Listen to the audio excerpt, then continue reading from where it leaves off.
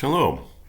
This Thursday, we will be sitting at our tables with our friends or our family, or both, to celebrate the most popular holiday among Americans.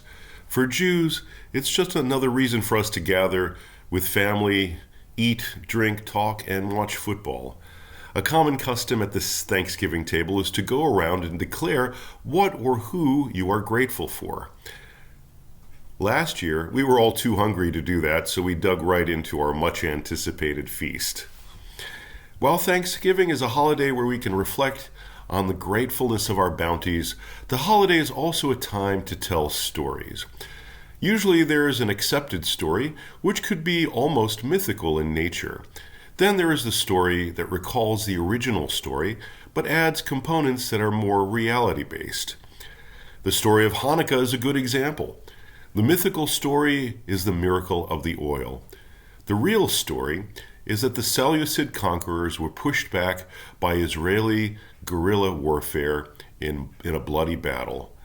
The Hashmonean victors marched through the streets carrying torches in victory, thus reigniting the rituals of the Holy Temple once more with the festival of Sukkot. For the story of Thanksgiving, the first story goes something like this. The Pilgrims set anchor at Plymouth Rock on December 11th, 1620. Their first winter was devastating, with 46 of the original 102 passengers dying. But the harvest of 1621 was a bountiful one, and the remaining colonists decided to celebrate with a feast of Thanksgiving, including 91 Indians, led by Chief Massasoit, who had helped the Pilgrims to survive their first year. The feast lasted 3 days and included wild fowl, boiled pumpkin, fried corn fritters, fish, berries, watercress, lobster, dried fruit, clams, venison, and plums. The second story of Thanksgiving goes something like this. In 1676, the town of Charlestown, Massachusetts, declared a day of Thanksgiving for the sovereignty of its city. 100 years later, all 13 colonies joined in what was then called a celebration of Thanksgiving. This Thanksgiving Day, held on October 1777, while associated with the Pilgrim holiday, commemorated the patriotic victory over the British at Saratoga. But like the Charlestown Thanksgiving, it too was a one-time affair. George Washington wanted to proclaim a national day of Thanksgiving in 1789, but discord among the colonies prevented it.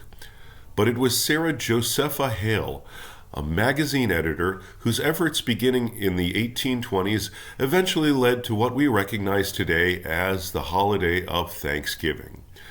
After a 40-year campaign of writing editorials and letters to governors and presidents, President Lincoln proclaimed the last Thursday in November as a national day of Thanksgiving. From a Jewish perspective, a fact can be added to the first Thanksgiving story. Those pilgrims who were escaping their suppressive homeland saw themselves as the Jews of the Bible going to a promised land, in essence, to celebrate the Jewish festivals. It's no coincidence that Thanksgiving always falls at the end of the harvest season, so close to the harvest festival of Sukkot. There it is again, Sukkot. But Thanksgiving is really the quintessential Jewish holiday. The Torah makes it clear about how we should celebrate our bounties in Parshat Ki Tavo, which is Deuteronomy chapter 28, in which God instructs the Israelites to be thankful for their bounty and the land we've been given. The commentaries see this as the foundation of the Birkat Hamazon, the grace after meals. But I see this as a quasi-prophecy of creating the home ritual of giving thanks on Thanksgiving. Thanksgiving is also the holiday that celebrates the fact that we all immigrated here at some point. Each family has their immigration story, and no matter what the story, there is always a component of gratefulness to it. Immigrating to this country was hardly ever an individual feat. There is the story of the unaccepted passport, or the large sums of money that had to be for the bribe, or the fear of not making the quota, or having to be turned back to the country of your origin for some bureaucratic blunder. There is the story of skimping and saving and venturing out in pursuit of the American dream. My family wanted nothing more than to be free to seek their pursuits, worshiping freely, and to make sure their children could have a better life than them. I'm sure this was the desire of many families, possibly yours as well. One personal immigration story that comes to mind is when my father's family immigrated from Romania. The mythical story was how the Mossad tried to recruit my father to immigrate to Israel. After a turn in the army, he would then become an Olympic rower for Team Israel. In turn, he would give them information into the Communist Party. In essence, my dad became a spy. Then came the time for them to leave Romania, and the Israelis gave them Swedish passports and tickets to Sweden. How amazing was it that they were able to get through customs without knowing a word of Swedish? They eventually made their way to Italy, then the United States, and yes, plans changed.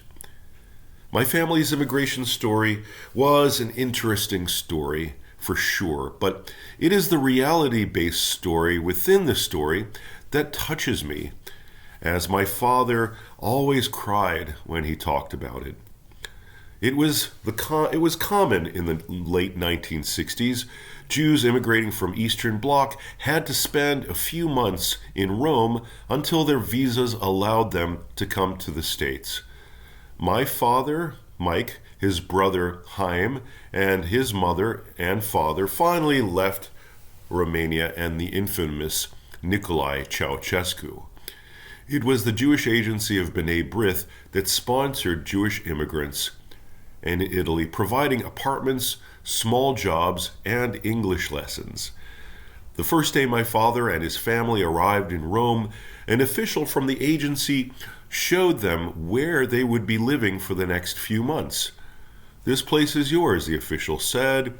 As he turned to walk away, my grandfather asked him, "What time does the curfew start?" "There is no curfew here," the official said. "You are free."